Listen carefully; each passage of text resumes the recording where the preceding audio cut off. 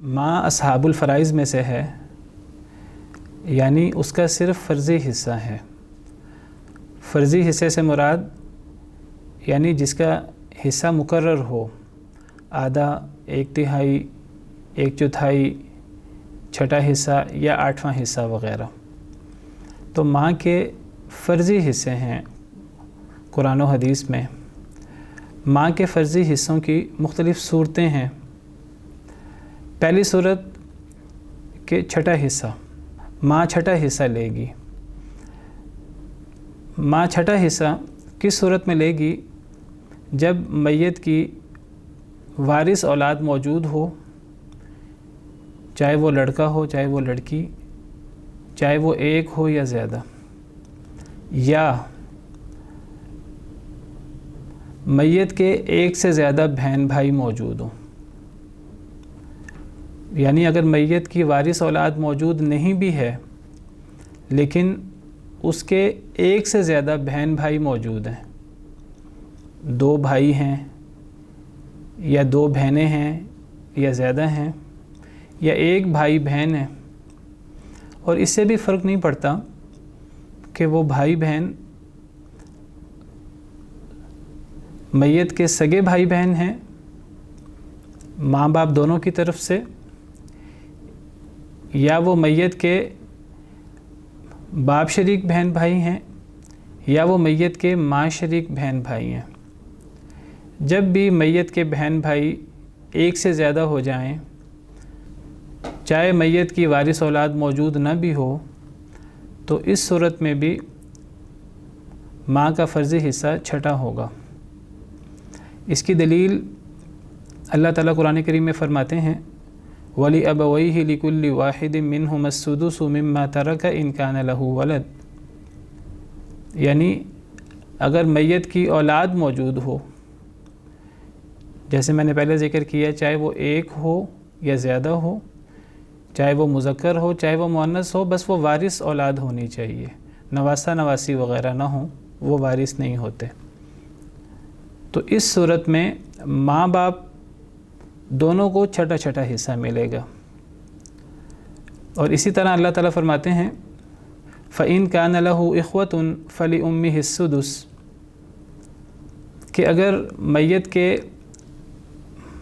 بھائی ہوں، اخوہ یہ اخ کی جمع ہے، اخوہ بھائی، اس میں بہنیں بھی شامل ہیں، یعنی اگر میت کے بہن بھائی ہوں،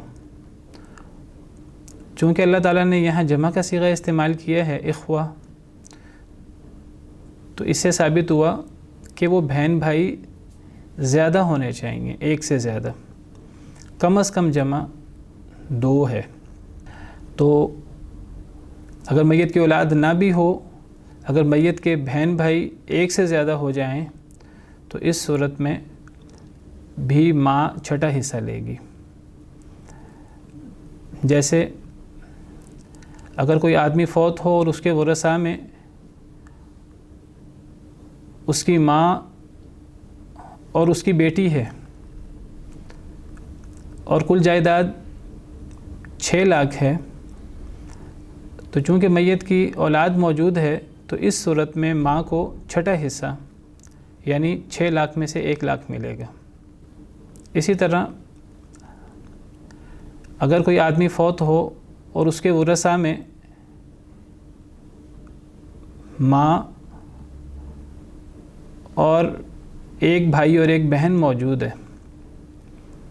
چاہے وہ میت کے سگے بہن بھائی ہوں، چاہے وہ باپ شریک بہن بھائی ہوں، چاہے وہ ماں شریک بہن بھائی ہوں،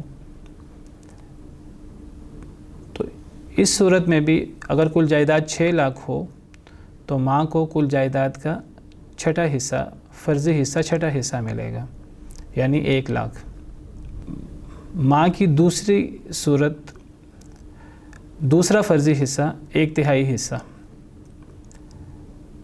1/3۔ ماں کو 1/3 حصہ تب ملتا ہے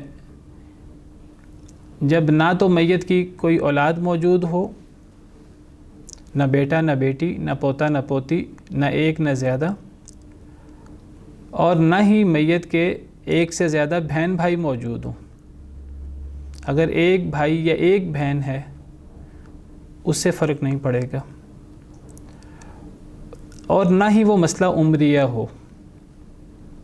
تو 3 شرطیں ہیں، اگر یہ 3 شرطیں پائی جائیں تو ماں کا فرضی حصہ 1/3 ہوگا۔ پہلی شرط کہ میت کی کوئی اولاد موجود نہ ہو وارث، دوسری شرط کہ ایک سے زیادہ بہن بھائی بھی موجود نہ ہوں، اور تیسری شرط کہ وہ مسئلہ عمریہ نہ ہو۔